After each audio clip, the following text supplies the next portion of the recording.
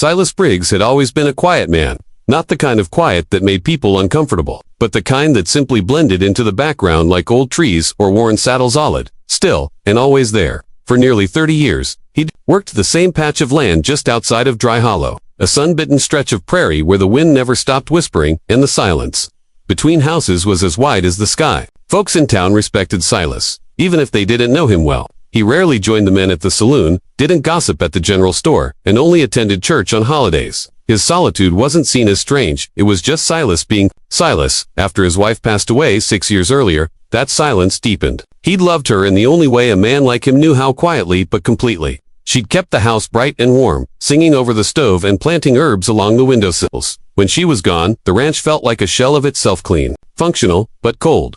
Silas kept it running because that's what men like him did. You didn't stop working just because your heart was broken. You saddled the horse, fed the cattle, and kept moving.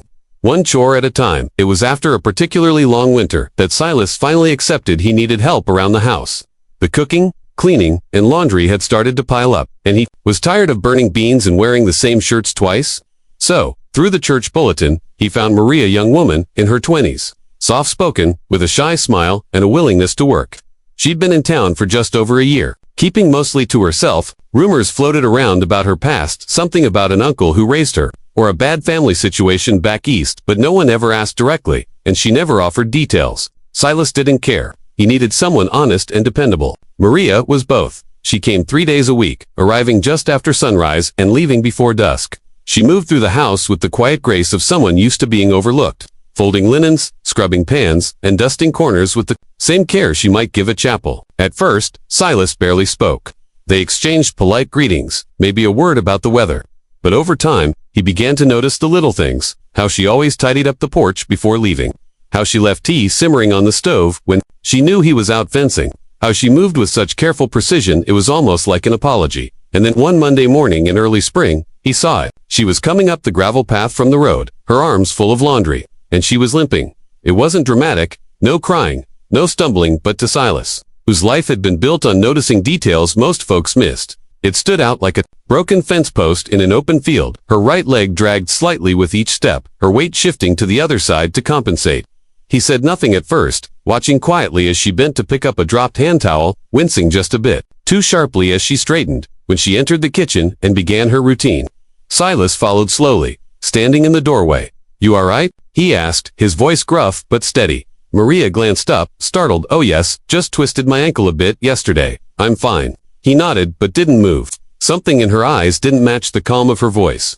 There was tension beneath. The surface, like a fence, stretched too tight, and that limp wasn't new. It was practiced, controlled, the way someone walks. When they've been hiding pain for a while, that moment stayed with Silas the entire day. As he fed the horses and mended a gate, his mind kept returning to her limp, her forced smile, the faint shadow of something unspoken. He'd lived through harsh winters, cattle rustlers, and prairie fires, but nothing unnerved him quite like the quiet suffering he saw in Maria's eyes that morning. He didn't yet know what he would do, only that he couldn't ignore it. And for a man who had spent years doing everything alone, the feeling of needing to act for someone else for her shook something loose in him he hadn't felt since his wife died. Silas watched more carefully over the next few days. At first, he told himself he was just being cautious, that if Maria was in pain, he should be ready to step in and help, nothing more. But the truth was harder to deny with each passing morning. The limp wasn't going away. It changed slightly, some days sharper. Some days she tried to mask it with slower movements, but it was always there. He noticed how she leaned more heavily on her left leg when rising from the floor, how she gripped the edge of the kitchen counter just a bit longer than necessary, pretending to adjust a dish or towel. Silas, a man who had once tracked wounded cattle across frozen plains, knew the signs of someone trying to hide injury. This wasn't just a sprained ankle. One morning, she arrived wearing a long-sleeved blouse despite the spring warmth. Silas didn't think much of it until her sleeve slid up while scrubbing the table, and he caught a glimpse of yellowing bruises. On her forearm, they were faint, the kind that came from older wounds just beginning to fade. They didn't look like something one would get from falling or bumping into a wall. These were the kind of bruises that came from being grabbed hard. Silas's jaw tightened as he watched her quickly pull the sleeve back down. Pretending not to notice his glance, he said nothing, but a knot had begun to form in his chest. Something was wrong, deeply wrong. Maria, for her part, remained quiet as ever. She greeted Silas with the same soft good morning each day and moved through the house with practiced grace, careful not to make noise or leave anything out of place. But her eyes gave her away. They were tired, rimmed with shadows darker than her age should have carried. She flinched at the sound of boots on hardwood and stiffened when Silas entered a room too quickly. It wasn't him. She feared he could see that, but someone, somewhere, had taught her to brace for hurt when a man came near. That realization made his stomach turn. Silas tried subtle ways of checking in. One morning, as she was folding laundry in the parlor, he said, "You sure you're all right? That limp's been hanging on a while." She looked up quickly, her smile too fast, too practiced. "Oh, it's healing. I just move slow when it rains. My bones act up," she joked, trying to brush it off with a small laugh. Silas gave a small nod, not pressing further. But he didn't believe a word of it. She had once mentioned she lived with her uncle, a man who had taken her in after her mother passed. Silas hadn't met him, but he'd heard stories around town about a man who drank too much, lost money in cards, and was known to raise his voice in the streets.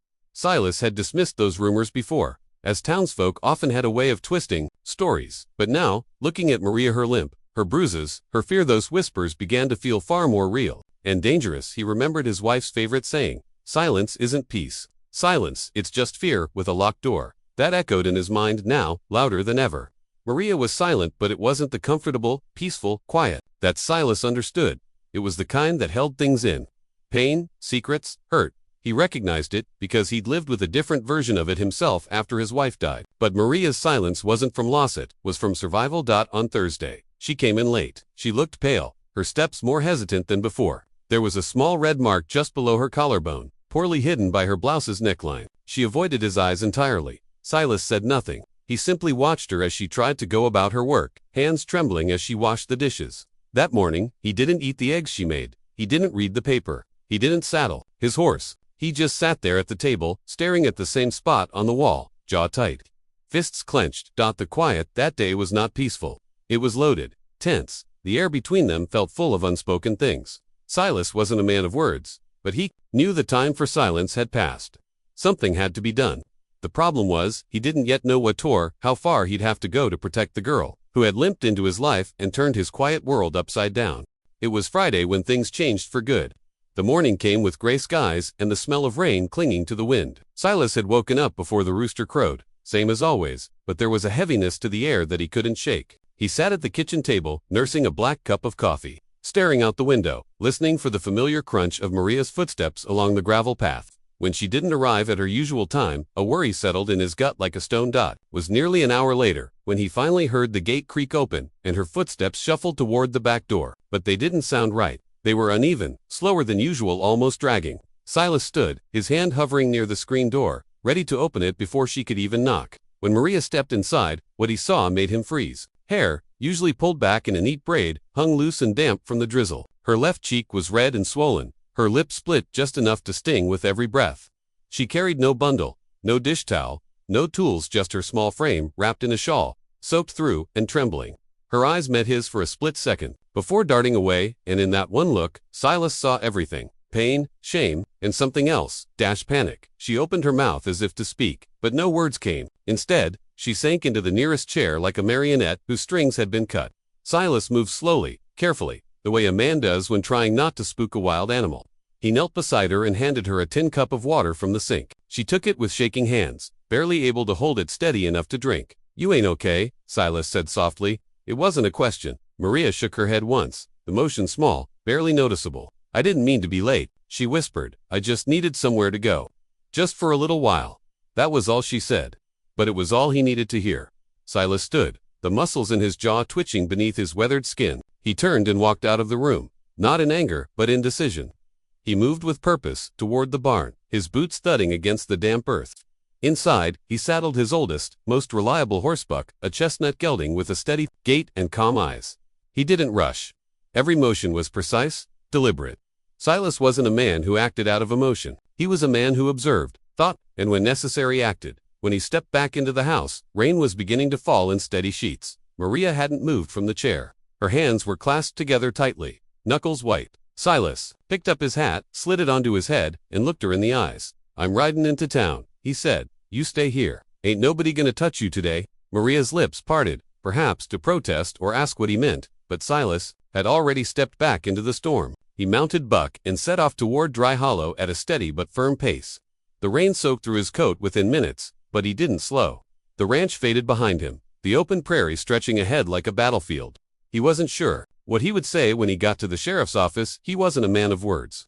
After all, but that didn't matter. What mattered was that he'd seen enough. He'd watched the bruises multiply, seen the fear in her eyes, felt the weight of her silence. And now, Maria had come to him not just limping, not just injured, but running. That meant something. That meant she'd trusted him. And Silas Briggs was not the kind of man to betray that kind of trust. By the time he reached the sheriff's door, his hat dripped water onto the wooden floorboards and his boots were caked with red prairie mud. But his voice was calm when he stepped inside and said to the deputy at the front desk, "I need to speak with Sheriff Lane." Now, the silence that had defined Silas Briggs for years was over. He had spoken, and what came next would shake the quiet town of Dry Hollow more than any thunderstorm ever could. Sheriff Lane had known Silas Briggs for 20 years, maybe more. In all that time, the quiet rancher had never once stepped foot into the sheriff's office, unless it was to renew a cattle brand or pay a land tax. So when Silas walked in that rainy morning, soaked through and stone-faced, the sheriff looked up from his ledger with mild surprise that quickly turned into full attention. Silas removed his hat slowly, water dripping from its brim, and stared across the room. "It's about Maria," he said, his voice steady but low. The sheriff gestured toward his back office without a word. Silas stepped in, boots leaving thick muddy prints behind him, and shut the door. Lane followed, closing the blinds with a flick of his fingers before turning toward the man who, until today, had been more ghost than citizen in the town's daily affairs. "Is she hurt bad?" the sheriff asked, already sensing the gravity of the moment. Silas nodded once, jaw clenched, bruised, limp and eyes swollen. "She came to my place this morning, shaken like a leaf in wind. Said she didn't have anywhere else to go." Lane sat down slowly, letting out a breath. "Her uncle?" Silas didn't answer right away. He didn't have to. Lane had heard enough whispers over the past year to fill in the rest. Most folks in Dry Hollow had ignored the signs. The girl was quiet, didn't cause trouble, and her uncle Ralph Granger was loud, mean, and always quick to laugh too hard when someone asked a question he didn't like. He was the kind of man who got drunk at poker nights, boasted about things that didn't deserve boasting, and had a reputation for putting hands on people weaker than him. But no one had ever seen him do it outright, and no one had ever said a word. Until now. "She's stayin' at my place," Silas said. "I want her safe. She ain't going back to that man." Lane rubbed a hand over his beard, thinking, "You've got any proof of what he did? Anything I can take to Judge Marshall?" Silas reached into the inside pocket of his coat and pulled out a small piece of cloth, a scrap of Maria's blouse, blood-stained from her lip and torn along the seam. "She didn't want me seeing it. Tried to hide it when it got caught on the fence, but I saw it." The sheriff took the fabric with care, laying it flat on the desk. "It wasn't much, but it was enough to get things moving. I'll send Doc Milner to your ranch," he said. "If she's willing, he can document her injuries. We'll take it from there." Silas gave a slow nod and stood. "I'll be riding back now." Lane stood with him. "Silas," he said, placing a firm hand on the rancher's shoulder, "I know you're not the kind to get in the middle of things, but what you're doing, it's right, and not everyone's got the guts to do it." Silas didn't respond. Jess gave the slightest tip of his hat and walked out into the rain. As he rode back through the mud-slicked prairie, wind biting at his cheeks, Silas felt something shift in him. It was more than anger, more than duty, it was purpose. For the first time since his wife passed, he wasn't just surviving the days, he was fighting for something bigger than himself. And that fight he knew would come with a cost.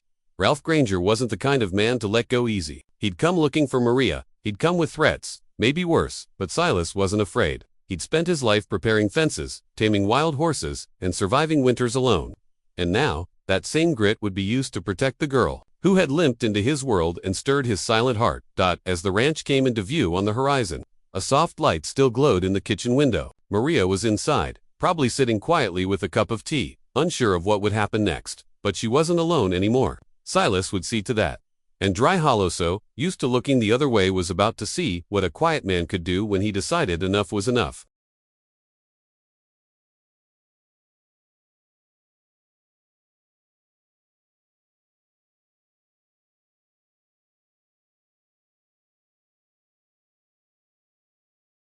Back at the ranch, the storm had passed, leaving behind a pale afternoon sun that glimmered through thinning clouds. The air smelled of wet earth and pine, and water dripped rhythmically from the porch eaves. Inside the house, Maria sat at the kitchen table, staring at the same untouched cup of tea that Silas had left for her before he rode off. Her hands were folded neatly in her lap, but her shoulders remained tense, and every creak of the old ranch house made her flinch. She didn't know how long Silas had been gone. Every minute had felt like an hour. She had expected kindness from him. He had always been gentle, quiet, never cruel, but she hadn't expected this. For a man like him, living in solitude for so many years, to suddenly ride off into town, likely confronting the sheriff, maybe even Ralph himself. It didn't feel real. No one had ever stood up for her like that, not once in her life. She stood and moved slowly toward the stove, trying to keep herself busy. Her limp was worse now, aggravated by the long walk and the cold rain. But she kept moving. Years of hiding pain had taught her that staying still only made her feel more vulnerable. Still, every time she passed the window, her eyes darted to the trail that curved up to the ranch. She was watching for him. When she finally saw the silhouette of a horse and rider on the ridge, her breath caught in her throat. She pressed her hand to the glass, uncertain if it was relief or dread she was feeling. But when the rider approached, and she recognized the familiar slope of Silas's shoulders, her chest eased just a little. He dismounted slowly, with the calm, deliberate movements of a man who had nothing to prove but everything to protect. Maria opened the door before he could knock or call out. He didn't speak right away, just gave a small nod and stepped inside, brushing rainwater from his coat. "I talked to the sheriff," he said, his voice quiet but firm. "Told him what I saw. Told him you weren't going back." Maria swallowed hard, her fingers tightening on the edge of the doorway. What did he say?" "He's sending Doc Milner out.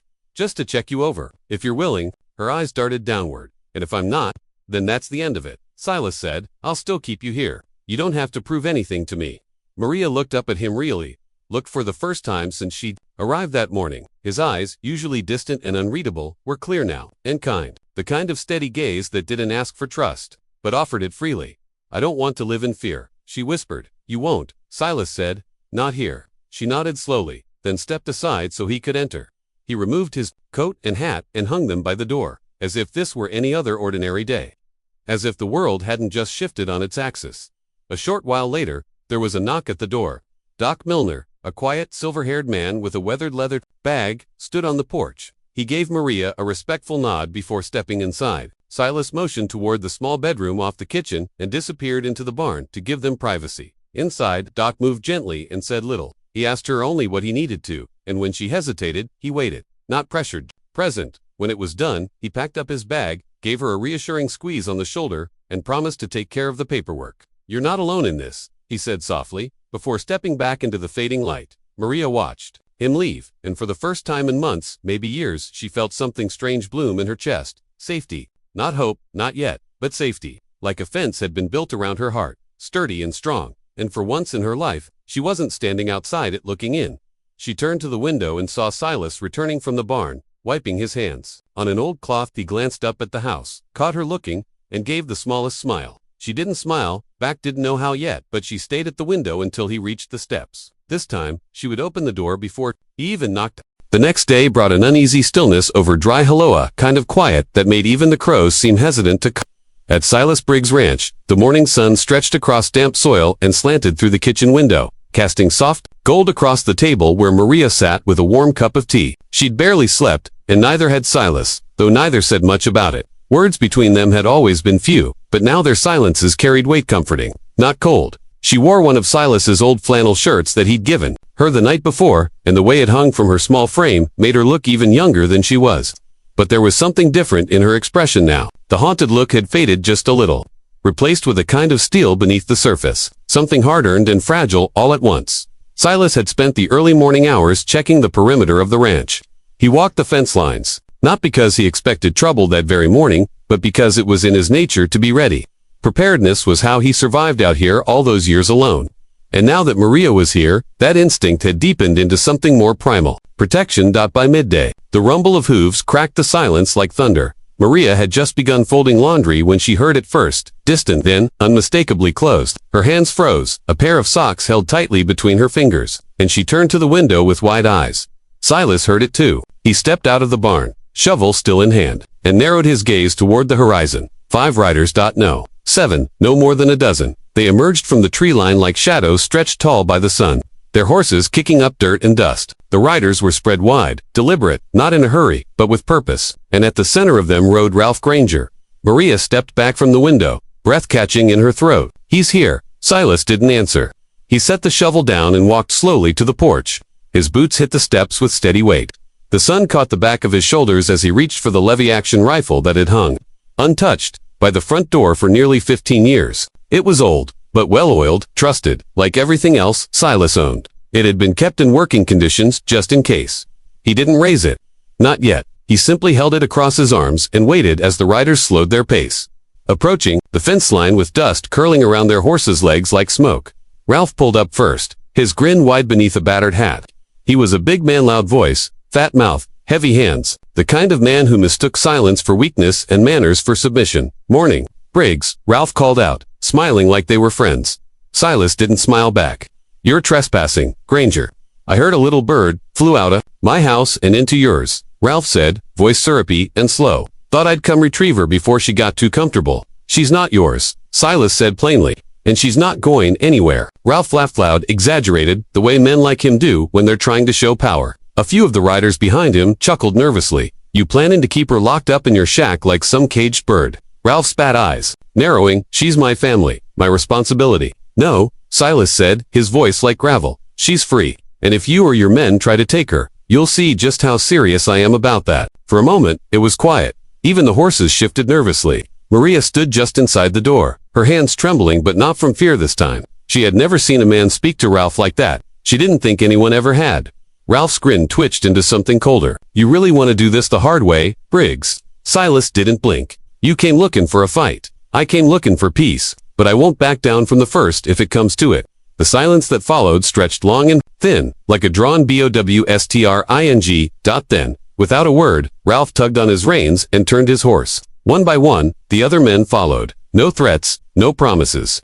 Just retreat. But Silas knew it wasn't over. The riders disappeared into the hills like smoke fading into dusk, but the tension they left behind hung in the air long after their hoofbeats quieted. Silas remained on the porch for several minutes, rifle still balanced in his arms, eyes fixed on the ridge where Ralph Granger and his men had vanished. He didn't move until the wind picked up, rustling the dry prairie grass and carrying with it the scent of pine and earth, reminding him he was still standing on solid ground for now. Inside the house, Maria hadn't moved from behind the door. Her breath was shallow, her hands still clenched, nails digging into her palms. She had half expected Ralph to drag her off the porch like a sack of grain, as he'd threatened so many times. But he hadn't, because Silas had stood between them.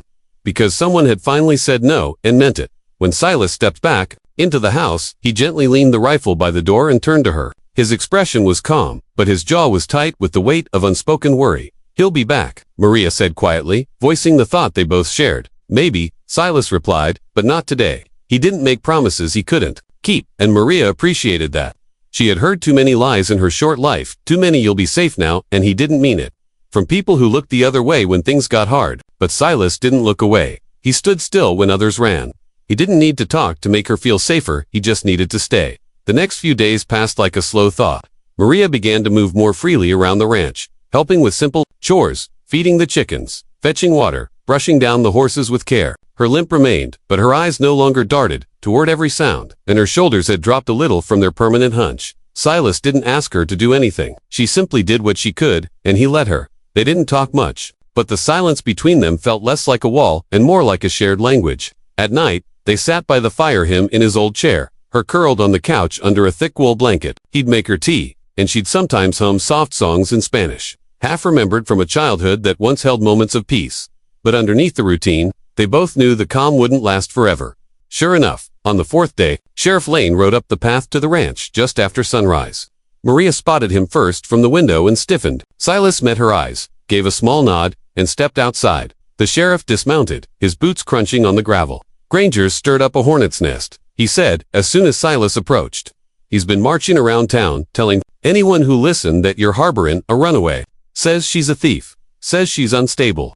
"She's none of that," Silas said flatly. "I know," Lane replied, "and the doc's report backs her up. But Granger's got friends in ones he's petitioned the judge to get her brought back to town. Claims she's a minor under his custody."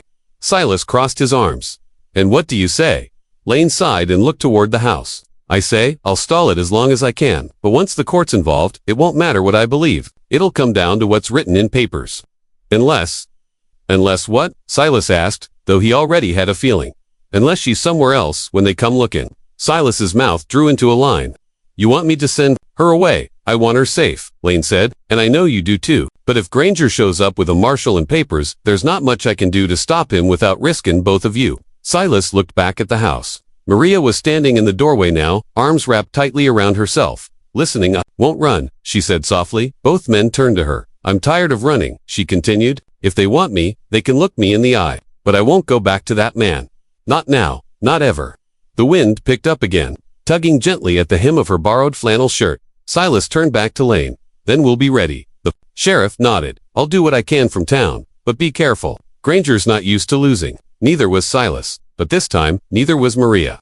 By the end of that week, word had spread through the entire town of Dry Hollow like wildfire. The quiet rancher on the edge of the prairie, the man who'd rarely spoken more than a few words at the general store and hadn't come into town for church in years, had stood up to Ralph Granger. Not just stood up to him, defied him, protected a girl Ralph called his blood, and put himself squarely in the center of a battle most folks would have backed away from. And people were talking. In the saloon, whispers passed between cards and beer glasses. In the church pews, a few women exchanged looks when the preacher spoke of justice and truth. And in the sheriff's office, Sheriff Lane shuffled papers with tired hands, trying to slow a legal process that Granger's money was now speeding up. But at the ranch, time took on a different rhythm. The grass grew a little taller. The breeze rolled softer through the hills. And Maria, for the first time in her life, began to dream not just of escape but of staying. The danger hadn't disappeared. If anything, it loomed closer by the day. But it no longer paralyzed her. She had begun to see herself not as a victim, but as someone worthy of standing her ground. That transformation wasn't loud, it was quiet, like a river carving stone. And it was Silas who gave her that space. Not with speeches or grand gestures, but by simply being there, by treating her not as someone broken, but as someone human. One morning, a rider came up the trail, a girl, no older than Maria, holding a folded note in her gloved hands. She said nothing, just passed the letter to Silas, turned her horse, and disappeared into the trees. Silas opened the letter under the porch light. It was from Lane. The court date had been set. Granger would be returning with a marshal in 2 days. Maria stood behind him, reading his face. "What do we do?"